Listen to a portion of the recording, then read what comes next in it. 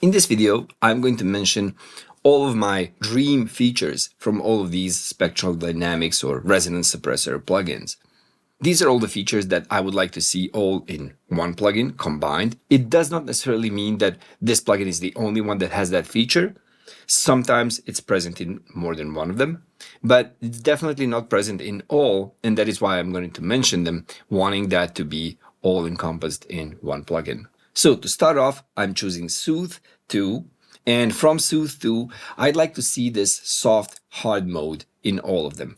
I kind of think that Speccraft with its adaptive threshold is actually the same thing. The way it is described in the manual of Soothe 2 is not really clear of what exactly is happening. We do know that it's not so level dependent, and the hard mode is more level dependent. So that is the first thing. The second part would be that we can go from stereo, left, right into the mid-side mode. Most of them can do this.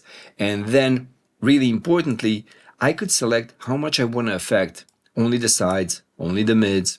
And if we're going to switch to the left and right, we can select how much we're going to affect only the left or only the right in a sliding fashion. So we could affect 100% of the right and let's say affect the left only 50% of the strength, full strength. What's really good is that we can link or unlink the threshold reacting to the left and right or just to the mid and side. So we could separate those, and the mid would react and be compressed by only the mid and side be compressed by only the side signal. So we could have the mid and side separately detected in the detection circuit. So those are the really good features I like about Soothe 2 that I would like to see in like one combined plugin. So let's continue to the curves equator. In this one, we have something really nice, and I'm not saying that it doesn't exist in the rest of them, but definitely it doesn't exist, let's say, in Soothe. So this shape right here and the tilt is something that helps us to tilt the entire threshold on top of the signal. So we can definitely select a different kind of curve to go against our signal for the threshold, of course. And we can also learn a specific threshold from a signal that we want to apply to something else. So we can play, let's say, a song and then apply that spectrum shape to another song. This is just an example.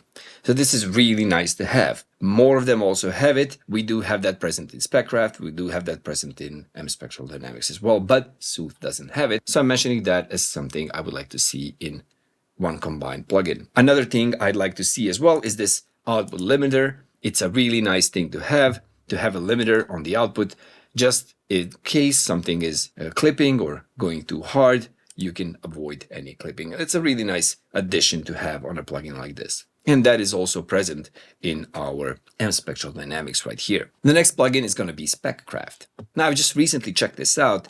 I really like it, and some of the things I think are really, really amazing about it are going to be this adaptive feature, which, as I said, we already have in Soothe as like a soft and hard kind of mode. But this adaptive threshold, let's say, if I play something, let me just make sure that that is the one that's active.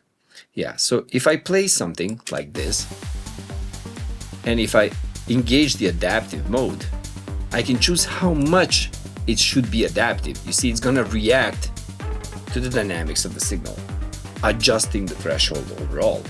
So this is kind of soft and hard, that they have here, but this is adaptive. It can be somewhere in between as well. So that's a really nice feature to have. Something that the rest of them before did not have so far.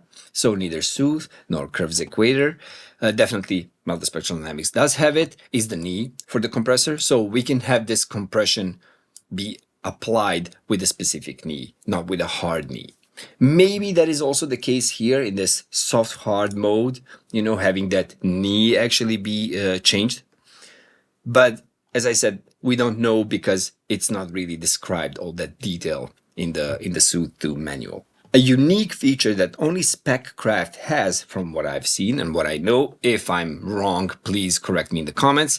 I'll try not to be wrong and do better research in the future. This is a really nice feature. So we can compensate for whatever kind of resonance removal we're doing dynamically. So whenever it's removing some resonance, it's going to dynamically boost wide, in a wide fashion, that entire band of frequencies. So let me show you what I mean.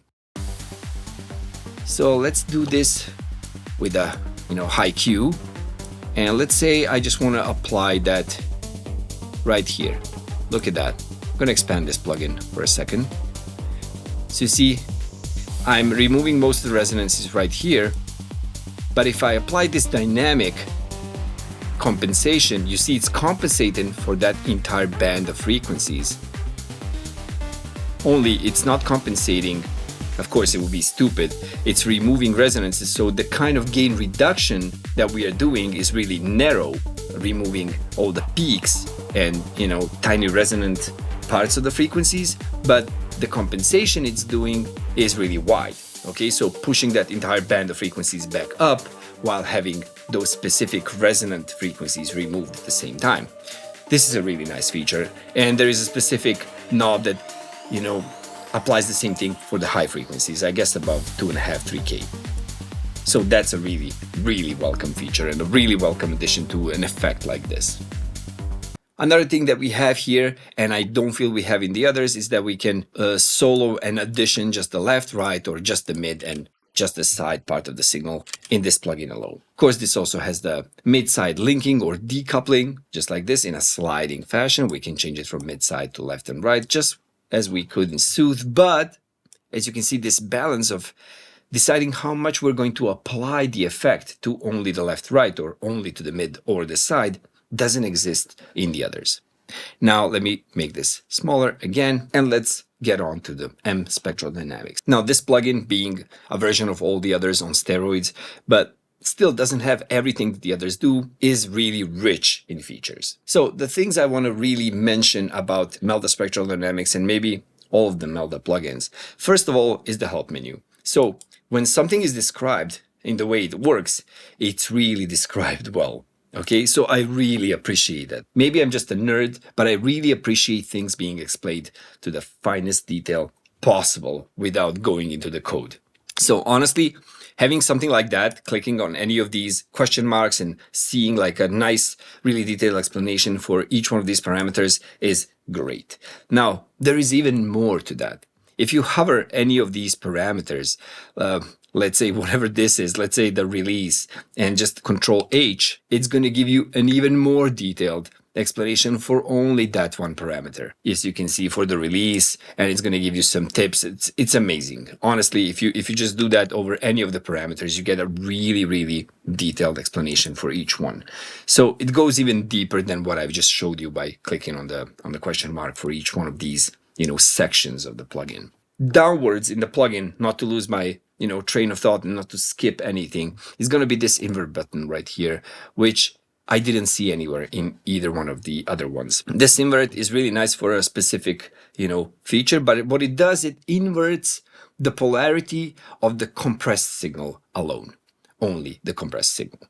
And what that does is it allows you to do certain things using the gate. Meaning that, let's say if I wanted to do something like, ducking, and I wanted to use this compressor, let's say to compress every time something else, going into the sidechain appears, I could compress it really hard with like a limiter. And then I would use a threshold at some point. So you get the drill, you know how it works. But if I was to use a gate, it would need to work differently. So the opposite way. I would use a gate, and then a gate is going to let the signal through only if it's louder than the threshold. But then if I invert that signal and add that to the original, you know what's going to happen. It's going to cancel out the original only when it's being let through. So we are basically going to produce a ducking effect that is much stronger by using the gate in this way. If you really want to see a tutorial on this, just drop a comment. I'll try to record a video on only that. But this is not the subject of the video now. Next feature is going to be this detection, dynamic detection section, which is way more complex than any other of these plugins. And if you go into the settings, you will see that it even has like, deeper settings for this, like a custom attack and release shape.